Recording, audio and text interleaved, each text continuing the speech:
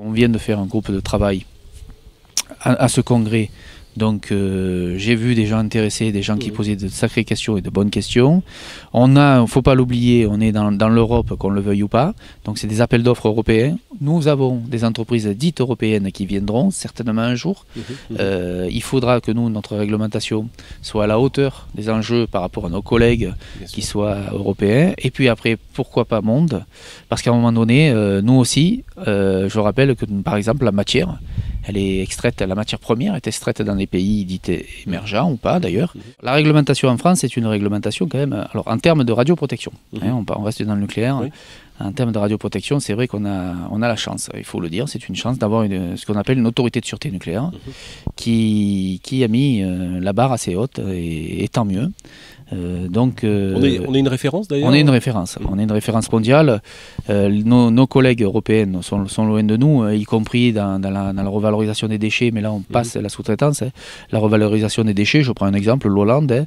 L'Hollande, une fois qu'on dit que le niveau est zéro, c'est zéro, et ça part en fonderie, quoi. Nous, ça repart pas dans l'industrie, c'est un déchet. La question qui peut se poser, c'est ce déchet, est-ce que c'est bien que ça soit un déchet à vie, enterré, un fruit, comme ça personne ne le voit. Bon, ça c'est un autre débat. Il va falloir que cette communauté du travail, on va l'appeler comme ça, donc là, les entreprises donneurs d'ordre et nos collègues sous-traitants, ils aient quand même un socle commun. Ça c'est important pour nous. Donc ce socle commun, la barre, il faut la mettre la plus haut possible, bien sûr. La santé, moi je ne sais pas, mais la santé, entre quelqu'un qui a un statut et quelqu'un qui n'en a pas, il ne doit pas y avoir de différence. Il y a des sujets comme ça où la différence, elle n'est pas possible. Alors après, si on veut s'immiscer dans les rémunérations, etc., bien entendu que la rémunération, elle doit être confortable, elle doit être normale, mais il ne faut pas non plus rentrer dans un détail aussi poussé parce que des fois, les accessoires dites de salaire, on s'aperçoit qu'au bout, des fois, c'est presque à égalité. Donc, il faut être très prudent, tout ce qui est rémunération. Mais bien sûr qu'on ne peut pas non plus laisser en permanence se traiter la précarité. La précarité, il faut la traiter. Est-ce que c'est la forme des contrats de travail? Est-ce qu'il y a beaucoup de choses à revoir et à faire? Alors je ne dis pas qu'il faut créer la flexibilité ou je ne sais quoi, c'est un grand mot, c'est un mot qui fâche, même s'il peut des fois il faut l'entendre dans un autre sens. Mais je pense qu'il faut regarder tous les aspects et bien les sortir d'un contexte, d'un conflit, etc.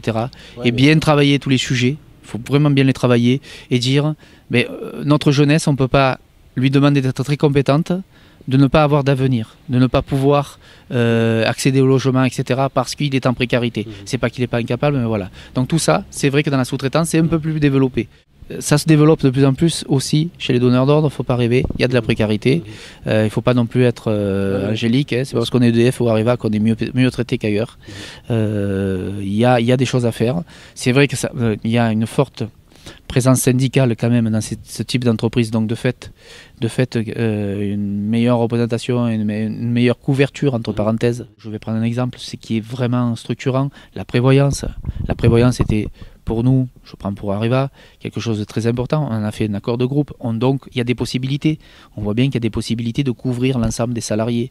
Maintenant, ce qu'il faudrait pouvoir couvrir aussi, c'est pourquoi pas faire une prévoyance pour une obligation de dire, mais si vous venez travailler dans le secteur nucléaire, vous avez une prévoyance. Alors après, de quel niveau? C'est à discuter.